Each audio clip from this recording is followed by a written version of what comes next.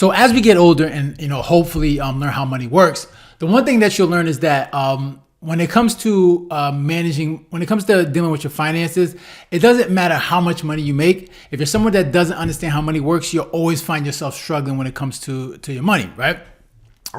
And you always tend to hear this, especially with a lot of people, is that are probably struggling when, maybe they have a lot of debt. They say, man, if I could just, make, X amount of dollars, then I could be able to pay off my bills and then I could get my finances in order. But what tends to happen is they tend to make more money, and then right along with that increase in income, their spending increases at the same rate. And then they find themselves like, damn, why at the end of the month they're still living paycheck to paycheck? Like they made more money, but yet they still don't have money in the bank. And that's because, they call this lifestyle creep, right? As you increase your income, so goes along with your spending. And in this video, we have a young lady who's going through that same situation, right? She shares her experience with that. So I'm gonna let her speak, and then I'll share my thoughts as we go.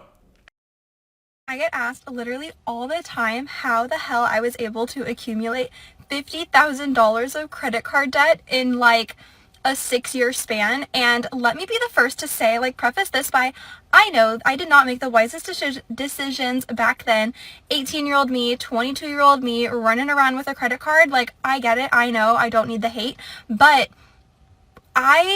okay, so I was very naive. I'll do this in a couple part series, so it's not like a freaking TED Talk over here.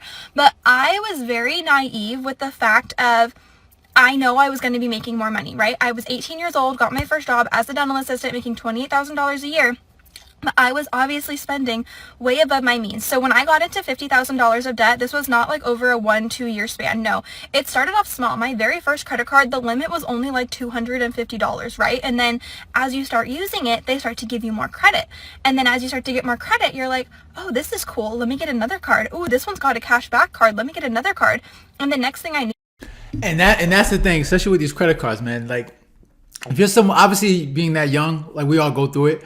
It almost seemed that, getting a credit card was like a flex, right? Man, the more credit cards you get, it seemed like, they were rewarding you for having good credit, right? And you're like, oh, the more you get, the better off you are. And not only that, but it's almost an incentive, because, also when you talk about what impacts your credit score, of course, making payments on time is one of them. But the other thing is your credit utilization, right? The amount of debt that you use compared to how much credit is available. And of course, the more credit that you have, the better your credit score. So it almost incentivized you to get more credit cards, so therefore you can increase your credit limit. And of course, if you're someone that doesn't understand how to use money, what you're gonna do is you're gonna use that credit card, and then you're gonna use one credit card. You're gonna get that. You're gonna max that one out. Then you're gonna use another credit card, and then it gets to a point where you're using all these credit cards and you're maxed out all over the place, and you're stressed out financially, and your credit score is taking a hit.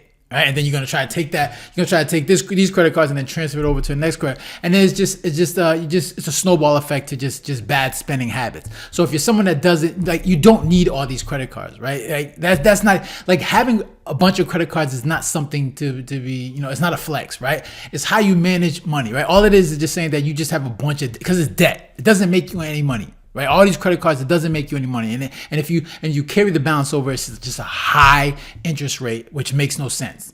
Okay, so it's just when you're young, you don't really understand how money works, and people tell you about, oh, you should get these credit cards because you got these bonus points, and you want to increase your credit score. It really doesn't matter. All right, that's not the most important thing, right? It's just a tool to get the things that you need, especially if you're looking to buy a house. Obviously that's important, but having a bunch of credit cards is really not something that do it. If you know how to use these credit cards, obviously you want to use them for the points, the flight miles, whatever, whatnot. But you want to make sure that you're doing it responsibly. And of course, if you're someone that doesn't understand it, then you get in trouble just like this. So let's let her continue. I had 4 credit cards. I had a Victoria's Secret card. I had an Amazon card. I had all these cards, okay? And I kept telling myself, I know I'm going to be making more money.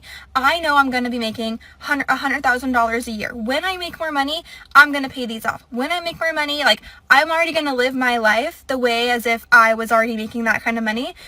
And that's also another trap too, because for a lot of people, when it comes to using credit cards and being reckless, a lot of people tell themselves is I'm not worried. You know what? As long as I have my job, as long as I got income coming in, I'm going to make more money. I'll pay these off. Like I'll make sure to pay all these off, and these credit cards off, and I'll be fine. But things happen, right? Emergencies happen. You maybe need your car fixed, or a medical emergency happen, and you find yourself this debt accumulating. Like, okay, why are these not getting paid off? I knew I said I would pay them off, but just things pop up. Okay. And you have this mindset that, as long as I have my job and I have money coming in, I'm going to make more money in the future. So I'll be able to pay these things off. And that's the thing. When you don't know what the future holds, things happen, emergencies happen, and you find yourself in more debt. And you have to be responsible. When it comes to these credit cards, you pay them off every month. That's it. There's no ifs, ands, or buts about it. You do not carry debt over to the next month and carry and pay an interest. It's the dumbest thing, right? You should not be paying, because these APRs are 15, 20, 25%. You're just wasting money.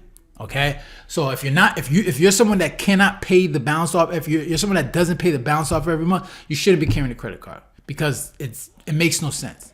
But a lot of people get caught up in that with the idea that, I'm gonna make more money, and that's usually where a lot of people get in trouble. So let's let her continue. Because I just knew it was inevitable for me. But what I did not realize is the more money I started to make, it didn't matter. That is when the big amounts of debt came in. I didn't have 50 grand of debt when I was 19, making $28,000 a year. No, when I started making over $100,000 a year was when it started to pile on so freaking fast. And again, it's because, looking back now, I know these were not the best choices, but I'm just telling you my story because it is what it is, and I hope somebody out there, I don't hope you can relate, but I hope it makes it relatable so you know that you're not alone, because sadly, most Americans, or most people in general, are in some form of credit card debt. Could be only a couple $1,000s, could be $50,000 like I was, but it wasn't like these big purchases that put me over the edge, right? It was a little bit here, a little bit there, and I was only making my minimum payments for years. Again, I just kept telling myself, I'm gonna make more money. I'm gonna make more money. When I make more money, I'm gonna pay this all down, and it's not even gonna matter. I'm gonna laugh at this one day and be like, oh my gosh, thank God I was living my life because I made more money to pay it all off, right? And like I said, that did not happen. When I did start to make more money, $60,000, $100,000, the bad money habits, the unhealthy money habits, my lack of having any kind of budget, knowing my expenses, living within my means, was still out the window. I was just making more money and buying nicer shit, right? Instead of going to Starbucks, I was still going to my Starbucks every day. Not that that's bad. If that is what you love, if you know me, you know I'm a firm believer in buying things that truly make you happy. I call it spending in alignment with your goals, aligned spending. See, that's weird. I was with her until that part, right? Aligned spending. What the hell is that? What does that mean? What people just be making stuff up. I don't understand what that means. Aligned spending. All right, this whole notion that buy what makes you happy. See, well, that's how you get in trouble, because we all know when it comes to happiness, it's an emotion, it's a feeling, right? So you're basically saying whenever you don't feel happy, what are you gonna do? You're going to go to the vice that makes you happy, and that's spending, whatever it is, whether it's drugs, sex, whatever it is, whenever you are at a moment where you don't feel happy, you're gonna go to that vice and say, I need to do this thing in order to make me happy. And with spending is easy. Just go, boom, swipe a card, and boom, you get that little dopamine hit. And that's the thing, you need to be careful with that, because whenever you're just unhappy, you don't feel happy, you want to say, you know what, you're gonna use the excuse, let me go spend, so I can get that feeling of happiness. And that feeling of happiness can add up very quickly. So this whole, because you say, all right, aligned spending. What if I want to buy a Maserati? Should I just go buy a Maserati even though I can't afford it? That's aligned with my goals, all right? My goal is to buy a Maserati even though I can't afford it, but maybe I should put it on credit and then, get a loan for it, right? No, obviously I don't agree with that. And obviously I don't agree with that. Just buy whatever makes you happy. Okay, because spending money, it shouldn't be the means for your happiness. Okay, and you have to be responsible, because it's easy to spend money that you don't have. Credit cards, boom, swipe, done. So you gotta be a little bit more responsible, and of course you should be spending to make you happy. You should be spending to buy the things that you need. All right, and if you can afford it, then hey, you want to buy yourself a gift, that's cool. That if you want to, as long as you're responsible with it, then by all means do it. But you gotta be responsible. So let's let it finish up. But I was not doing that. I was buying things because I wanted to look a certain way. I wanted to fit in with a certain crowd. I wanted to in a sense, like, oh, look at me, I'm 22, 23, making 100 grand a year. Let me look like it. Let me make sure I fit the bill. We're going to wrap this up and I'll do a second part. But let me just say, there is like a point to this story. The debt is gone. Like, there is a happy ending to this.